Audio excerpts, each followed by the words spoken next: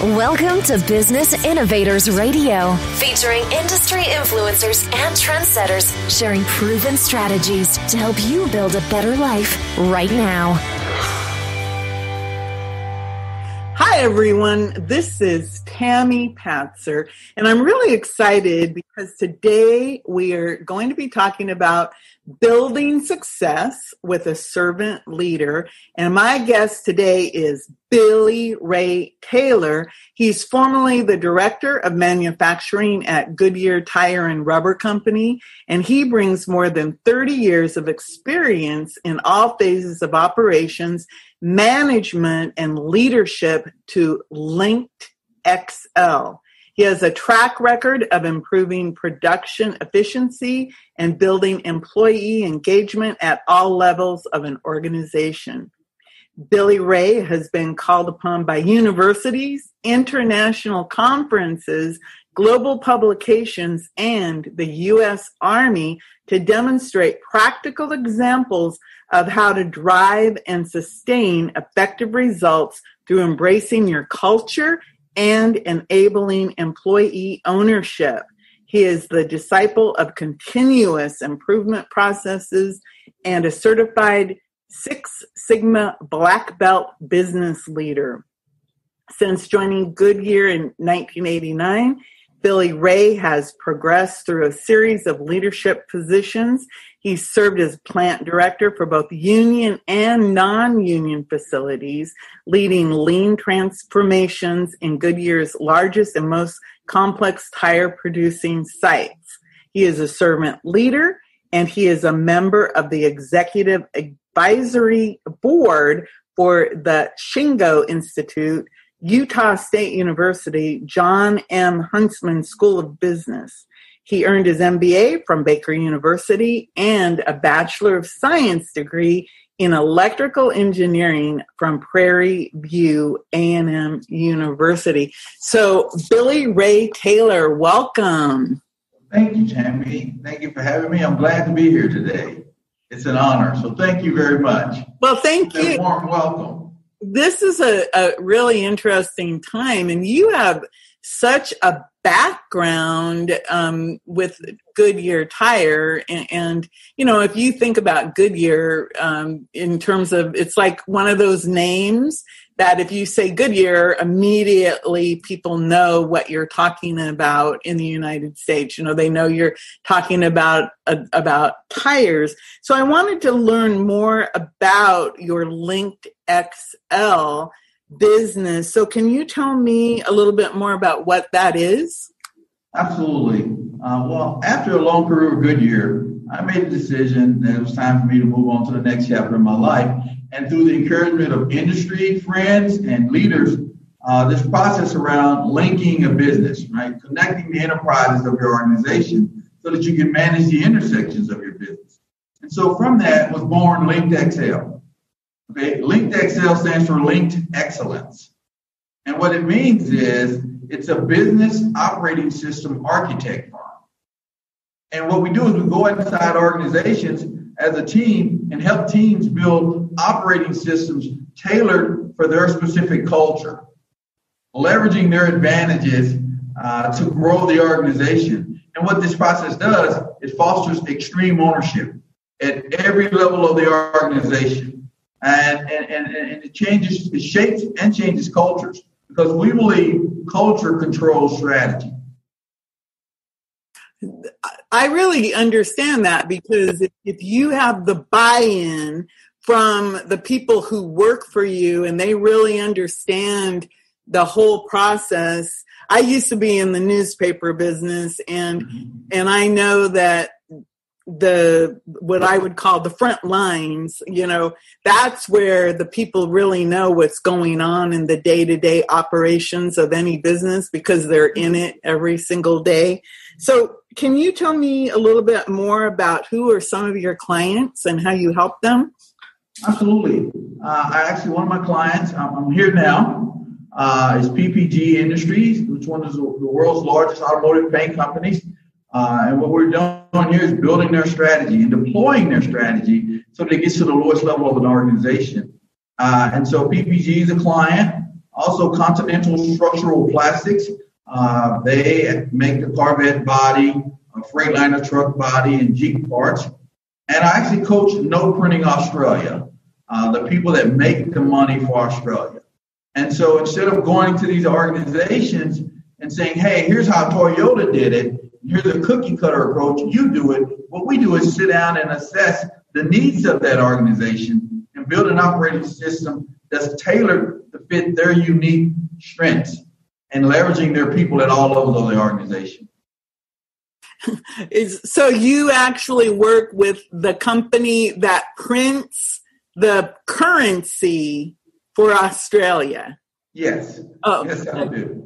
That's really interesting when you think about that's what an operation that must be, working with people who actually are printing the currency that millions of people use every day. So you were with Goodyear Tire for more than 30 years, and you've also worked globally with all of these different companies. So what would you say out of all of your years of experience, maybe give me 2 examples of some of the significant things that you can really see from that long career?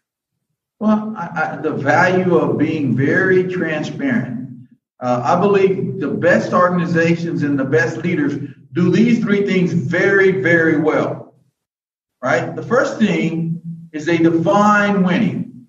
Extreme clarity around what is winning, what is the purpose of that organization. The second is aligning to win, right? Do people know what they own in the strategy? Most companies and most leaders, they build these elaborate strategies, but they don't deploy those strategies. And often they stall out in the middle of the organization. Now, I say that to say this. You cannot manage a secret. So if your strategy stalls and never reaches the source of where it's to be executed, then your strategy is a secret. So how can you manage that strategy now? And so once you define winning, do you align and cascade winning, which is that strategy? And the last one is, how do you know when you're executing strategy? If you look behind me, this is called a center of excellence. And you can see if you're winning in 10 seconds or less. So if I look at this board, how am I doing month to date? I'm not winning. How am I doing year to date? I'm winning. What am I talking about? Finances. And these are value streams that which one of these are red? These are telling me which is why I'm not winning here. And so most companies do a bad job of deploying that strategy and deploying a common meaning to that strategy. So it's not a common language, it's a common meaning.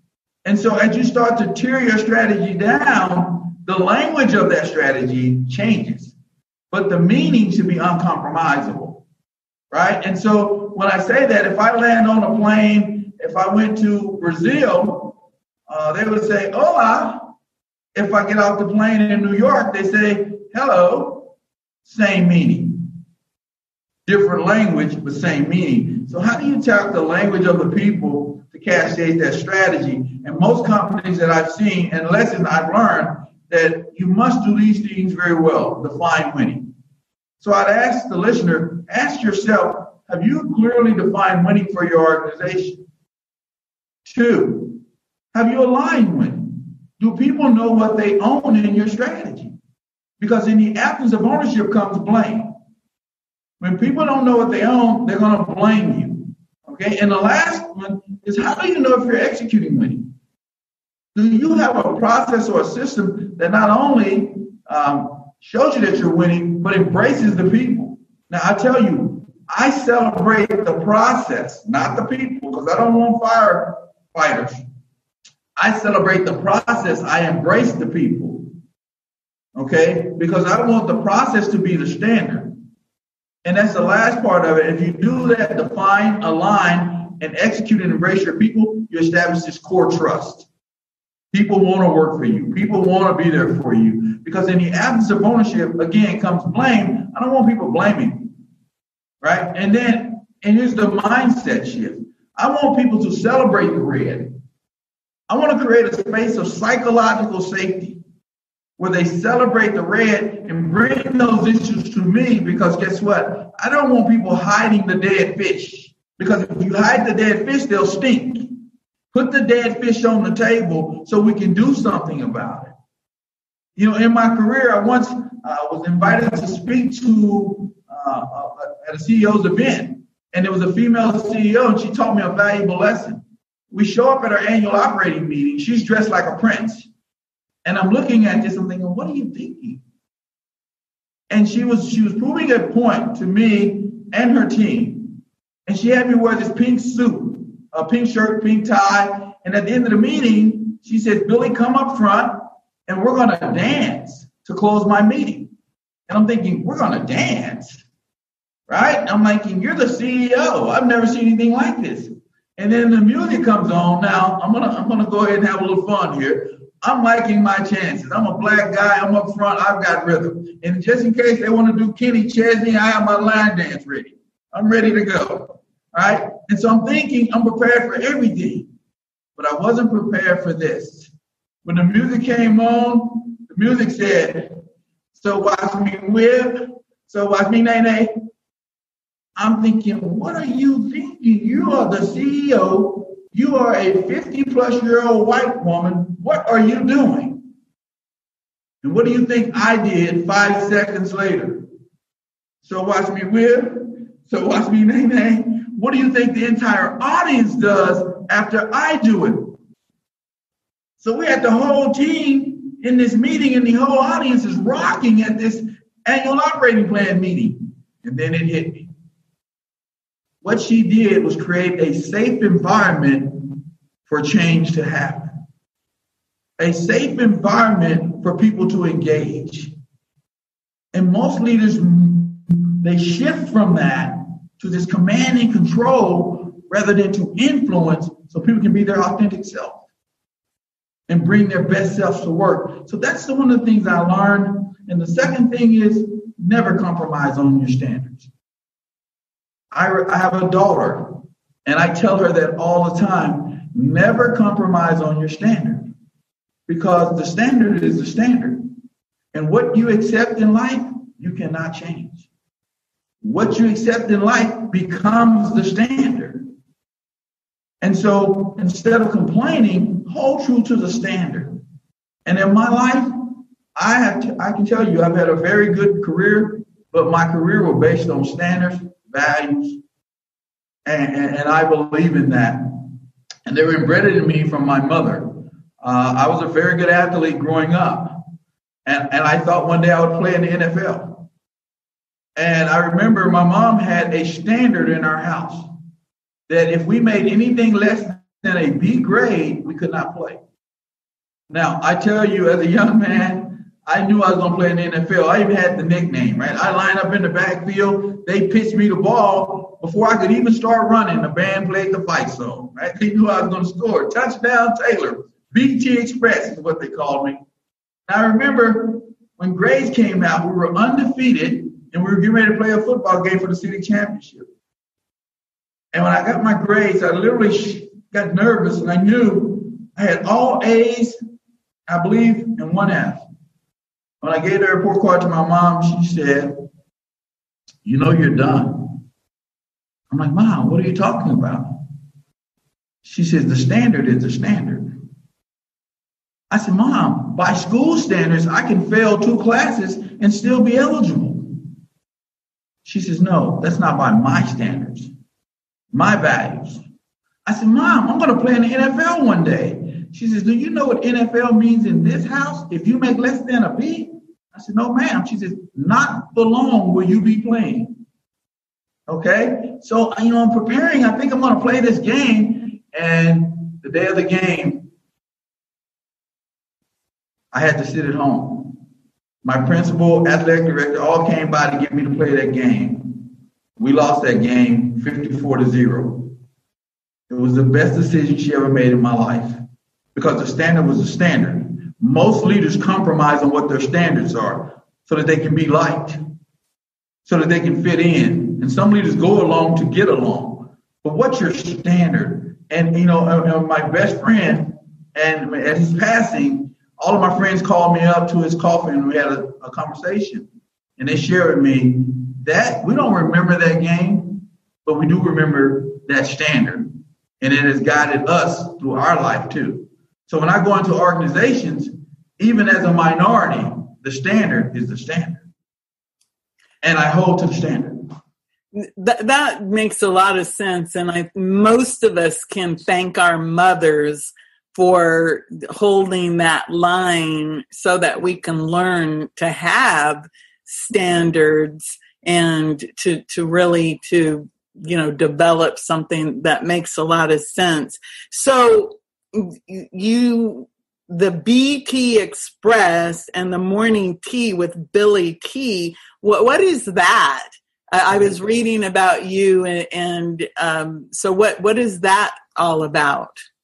So several of my industry friends and my relatives, they came to me with the social media platforms that are out there now, and they thought, Billy, it would be healing, it would be engaging, it would be educational if you started some type of podcast or a LinkedIn channel. And for a couple of years, this was on the back burner for me. And then my children came to me and they said, Dad, our friends love to hear you talk. Business professionals love to hear your examples. And they want to reincarnate or bring back the BT Express, right, in a different way. And so this is a media platform where we bring in industry icons and leaders to share their best practices, their practical examples on how to grow your individuals personally and corporations. So with this platform, it's about a 3-minute to 5-minute video so that we don't take up people's time. It'll be posted on LinkedIn weekly, every Wednesday. And it's the morning tea where we talk about things around leadership, personal development. My children even want in on the BT Express. And I'll just give you an example of things that I learned growing up. One of the questions asked me by my mother, again, when I didn't want to take a job. And she asked me, she says, son, I said, Mom, I'm not taking that job. It's the worst thing I can do for my career. She said, I'm going to ask you a question. If a bird lands on a branch, does the bird trust the branch or does it trust its wings? I said, Mom, she said, well, listen, baby, I've got to go, in her southern voice. I have to go, but let me give you a couple of clues. I've seen many birds land on branches, but what I have never seen is a branch break and the bird fall and die. Trust your wings, baby. Now, what she was telling me was trust the process.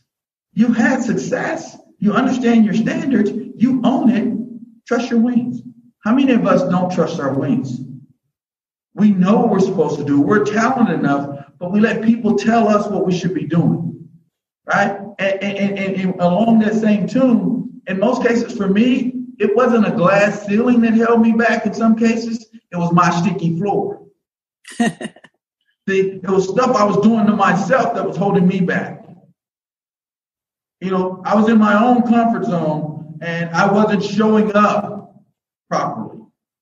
Today, I show up. And I show up because I have a process. And so that's what the morning tea with Billy T would be. And I have some of the most prolific guests, world-renowned guests. And I'll also have what I say, practitioners, people that live that life every day, childhood friends and everyone, to give these inspirational talks. I really like that because it's funny when you were talking about trusting your wings, and so many of us do. We stop ourselves because people are bombarding us with all of this negativity, or the world around us is trying to tell us that we're not whoever we really are. And so sometimes we stop ourselves because of that fears. Now, you're obviously known around the world as being this operational excellence guru, and you're a member of the advisory board for the Shingo Institute and the Association of Manufacturing Excellence. So how do we, or how do you suggest to people to drive this sustainable excellence and sustainable results. And it's interesting because as you were talking about the background that you're standing in, and I was looking at the red compared to the green, and you were saying that people should embrace the red, which was whatever wasn't going exactly right, to move through that. So I thought that was interesting. But as I'm looking at the overall picture behind you, most of that actually is green. Yes. If you actually look at it's almost there are some little spots, but most of it actually is in the green. So how do you drive that sustainable results from a people-driven approach? All right, and for me, it starts with ownership. And so the pictures I took down for this meeting to protect the innocent, but what we'll do is who owns what at every intersection? Okay, and how do you drive excellence and sustain excellence? Is through extreme ownership. People want to know what they own, right? The basic human needs are to be emancipated as a person, to have a voice, to be valued, right? And also not to be programmed, but to be objective so we can get different viewpoints. And so when you have extreme ownership, this becomes mine, right? Ownership trumps accountability. Accountability is a subset of ownership. And so I'll go over here and pull out a picture, excuse me for leaving the screen. That lady would be at this intersection. So when I come to this intersection, I have an owner. When I have an owner, I have someone that's going to take action. And I want you to take action. Now, I normally do an exercise when I keynote speak to prove the point. And so one of the things I do, I go into my credit card in my wallet and get a credit card. And I say, here's my credit card. I want to give it away. And I say, it's platinum. I said, I love giving my credit card away. I said, but I only give it to people that take action. I said, but I love giving it away. And I go hit about 5 to 10 people in the hand with the card. And I keep saying, I love giving my credit card away to people that take action. Guess what? No one ever takes my credit card. Then I pull it back in my wallet. Then I pull out a $5 bill. And then I say, I'd love to buy you a cup of coffee. And guess what? They snatch it and almost protect it. And I said, that's interesting. Why did you take the $5 bill, but you would never take the credit card, which was unlimited? People don't take action when it seems unrealistic. See, that didn't seem safe that I would give my credit card away. I didn't create an environment where that was the norm. But it's the norm to buy you a cup of coffee. And great leaders create ownership, and it connects with action, and that's how you build sustainability. Everything I do, I have what's called an action register with it. I track our commitments. There's a board that says if we commit to something, an action, we tie that back to an owner. And in the absence of ownership, remember, comes blame. And so without an action register, a sustainability plan connected to an owner, then you don't have no containment process for which you eliminate a constraint, and that constraint stays eliminated, right? It never comes back.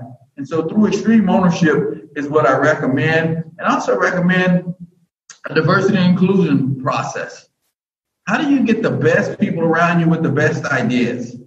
Right? How do we address, and I'm going to call it aggressively go after what would be negative biases? And sometimes it's not the bias itself, it's what the person knows, it's their comfort zone. Often people are afraid to address certain subjects because they're afraid they're going to say the wrong thing. I've had some senior executives come up to me, and this was a much older gentleman at that time, and he says, Billy, I'm confused. So I call you Black, colored, or African American? I said, you got the first part right, call me Billy, right? The second part of it is, let me tell you, that colored word, it's a thing of the past with me. But I thank you for asking me. Here's what I would give you some advice on. And so that conversation went in a whole different way. And that person, I became that person's confidant when they were afraid to talk about different things. It wasn't that person had a bias that was really intentional. It was just how that person grew up and in the generation for which they grew up. But that didn't make it acceptable in today's time. And leaders, I have millennial mentors. So I have a young lady that goes to Purdue, 2 young men that go to Toledo. They mentor me. And we talk, and they want to know about business. I want to know about today's reality. What does it take to motivate the millennial worker, right? If I saw someone with earbuds in when I was coming up as a manager, they'd be in big trouble.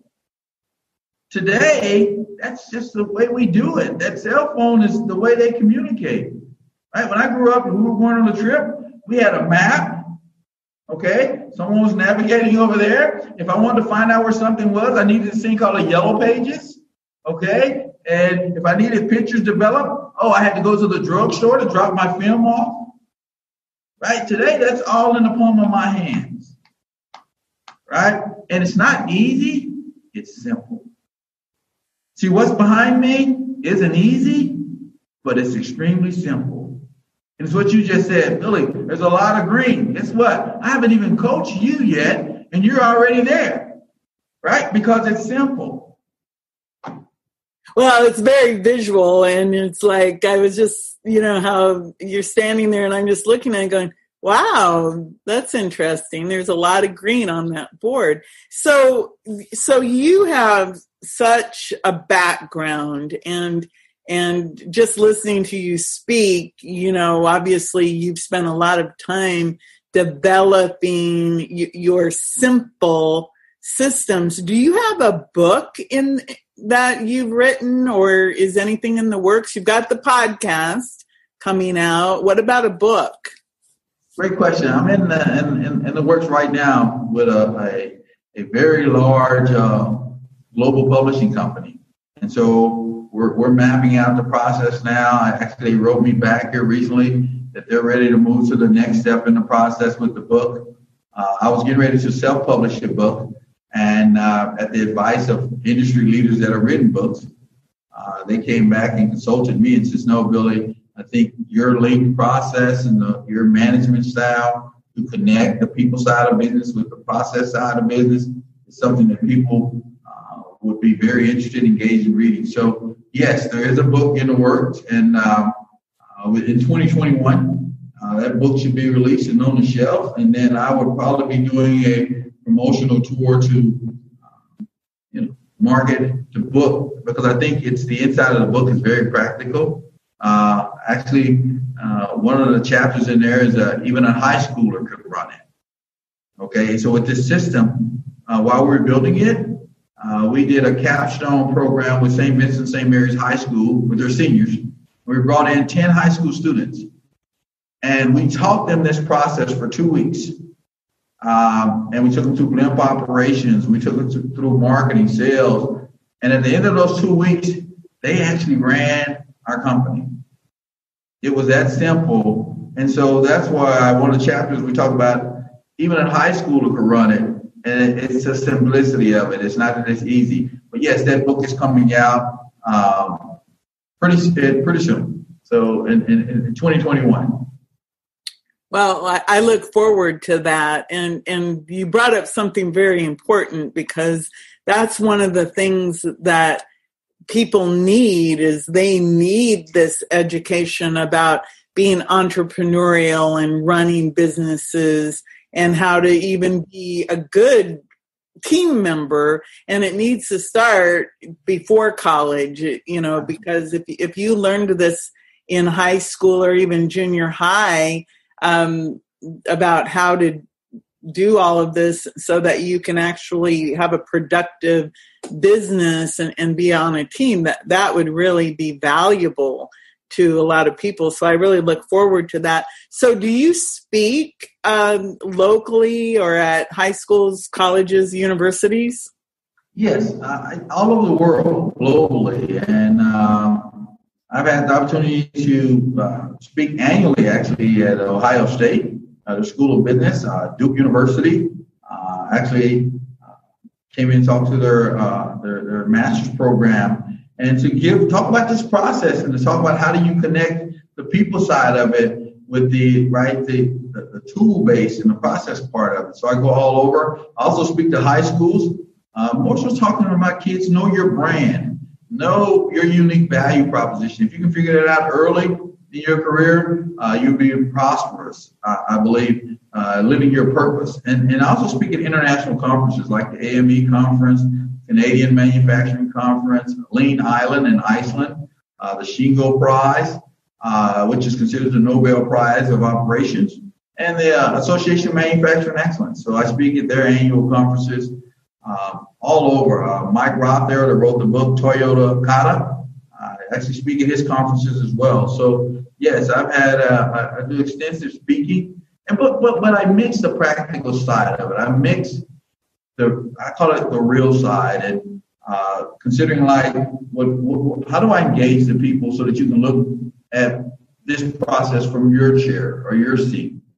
Like my daughter recently, I was talking to her and we were in a room and we were studying, and she says, "Dad, when did you know?" And I said, "When did I know what?" She goes, "When you walk into a room, your presence walks in the room too." Well, I haven't got there yet. And I said, I knew when I discovered my purpose and what my true value proposition was. And so I can bring that in the room with me. If you're confused about that, you'll let others dictate to you what your brand is. And so that's important. And so when I speak, I bring experiences into the conversation or the keynote.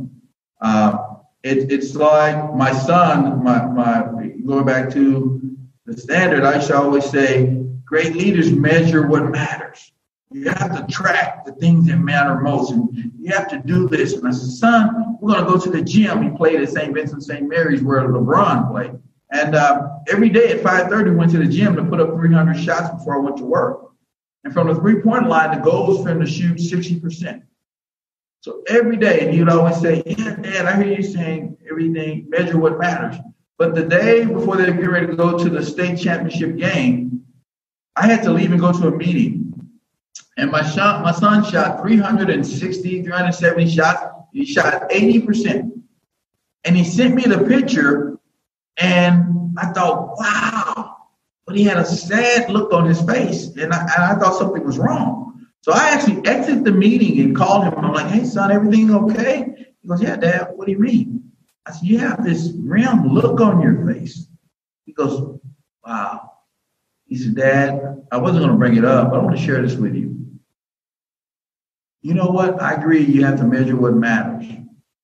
But you know what, Dad? With me shooting at 80% and you not being here, it didn't mean much. It didn't mean much. What I learned from you, Dad, is although you measure what matters, but everything that matters cannot be measured. Wow. Everything that really matters cannot be measured. He said, Dad, you didn't come to the gym with me to shoot baskets. You came to the gym with me to help me develop into a man, a professional, a courteous person. That's what this is about, Dad. And I finally get it. And he says, Dad, I've got to share this with you. He says, I may not remember all the games you came to, but I'll never forget the 2 you missed because I wanted you there. You make me feel valued. That was a game changer for me. And after they won the state championship, all of his teammates ran over to the trophy and ran to cut down the nets. He ran over to the ropes where I was, and we cried for 3 minutes. We cried because, you know what, we were no longer going to be able to ride to practice anymore. Him listening to his favorite songs, I'm listening to my favorite songs. We were going to lose those moments that we cherish that had nothing to do with basketball. And leaders get so caught up in the results that they don't focus on what I would mean the impact of getting that. And what I'm saying is you can't get so caught up in the key performance indicator that you overlook the key performance action. See, KPAs deliver KPIs. See, if I want to lose weight, I can't stand on the scale every morning and say, what happened? Right? That's a KPI. But if I eat 2,500 calories a day, I watch my carb intake, I do exercise, I only have my 1 glass of adult beverage, and I stop there and I sleep 8 hours a night, I have a high probability of losing weight. And I build a sustainable culture that's driven by my key KPAs, key performance actions, rather than my KPIs. And so when I talk about keynotes, it's more real. It's more about what really happened. And I also talk about my failures, because it was my failures that drove my successes.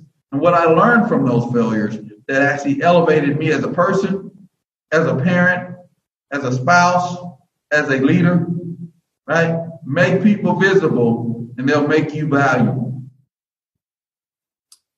Wow, that's phenomenal. I can understand why people would want to invite you as a keynote speaker, because most people talk about, like you said, the KPIs, but they don't talk about the action that has to be taken to get to that point. So with everything going on in the world today, are you doing any in-person speaking in the rest of 2020, or do you do a lot of online speaking? What's the rest of your schedule like this year?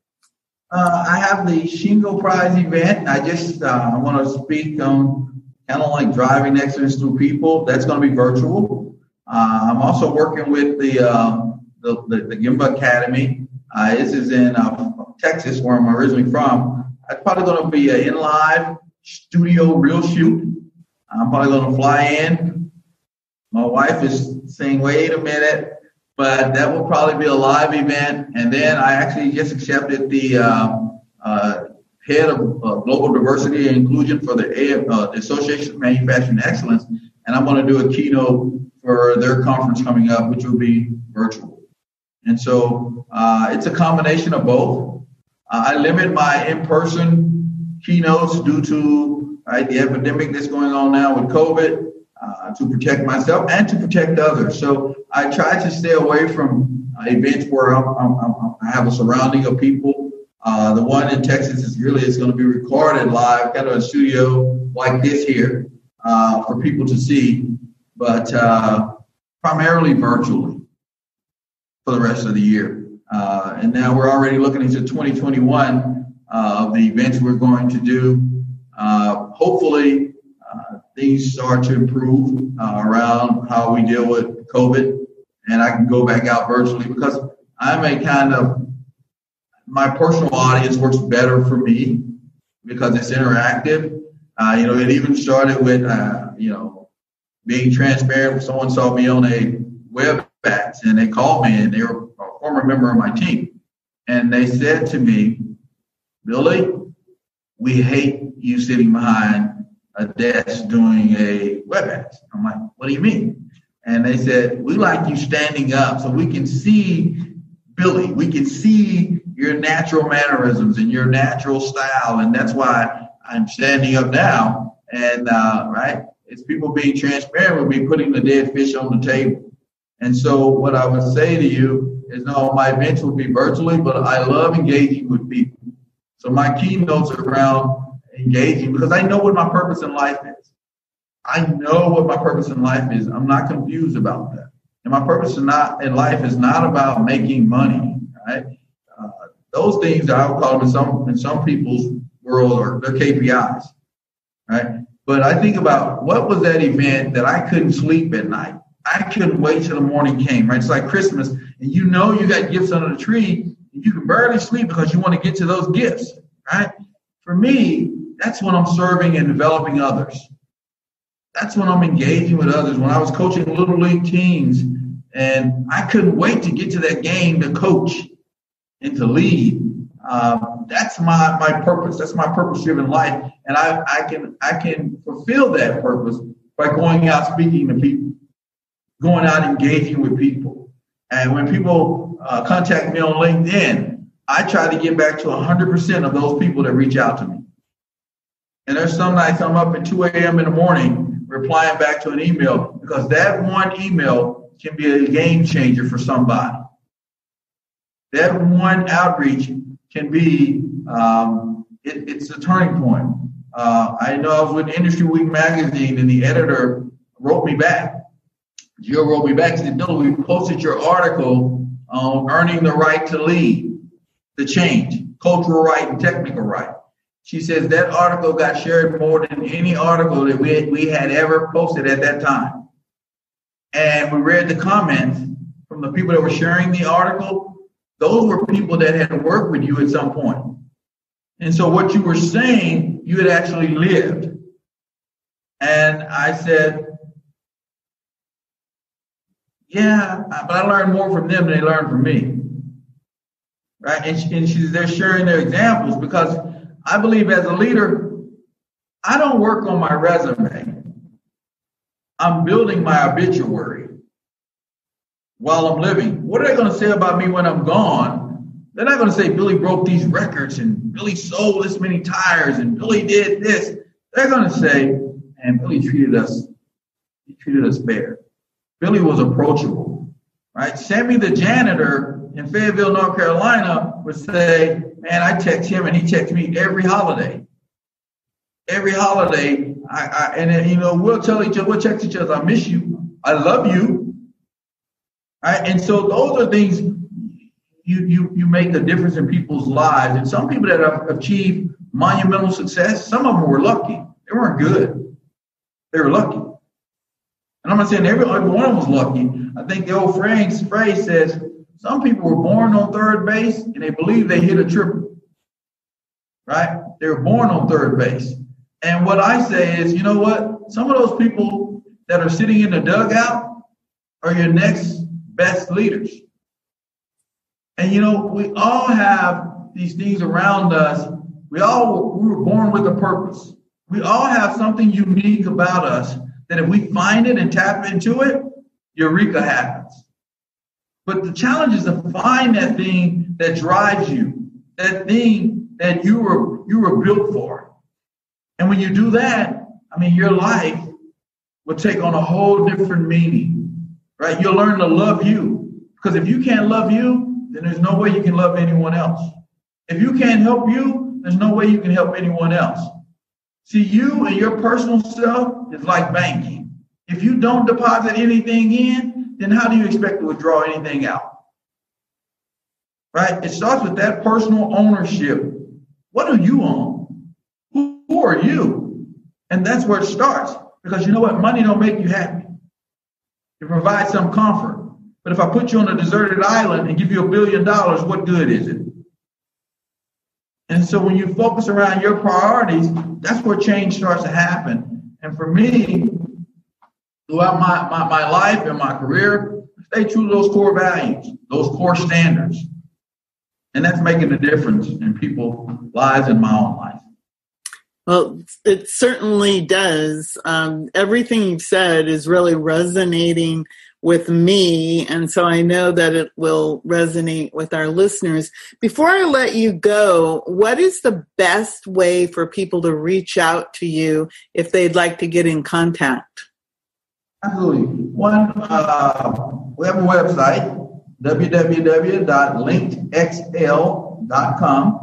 And you can become a member, or you can just email me from there. Also, LinkedIn, where people post and reach out to me via more personal emails. You can contact me there as well. And so those are the best ways to catch me. My contact information is on the website. Those that want to talk to me or want to reach out to me. And coming soon is BT Express, the morning tea with Billy T. Okay, BT Express, the morning tea with Billy T. And of course, the website is LinkedXL.com. Well, I've really enjoyed listening to you, and I learned a lot about excellence from you today. So I really enjoyed this conversation, and I'll invite you back another time where we can expand on everything.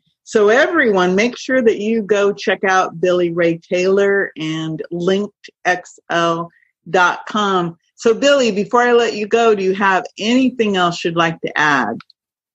No, it's more of a question with moral standards behind it. The question I would ask you, right, and your personal growth is, and it's not directly for you, it's for the audience, is what would you do if you were not afraid? When you're faced with that opposition, that challenge, remember, what you tolerate, you can't change. So the question I would ask you to ask yourself tomorrow morning, when you look in that mirror, what would you do if you were not afraid? What would I do if I were not afraid? That is a really good question that all of us should ask ourselves. So we'll leave it with that. Again, thank you so much, Billy Ray Taylor. And everyone, this is Tammy Patzer. Go make it a beautiful day. Thanks for listening to Business Innovators Radio. To hear all episodes featuring leading industry influencers and trendsetters, visit us online at businessinnovatorsradio.com today.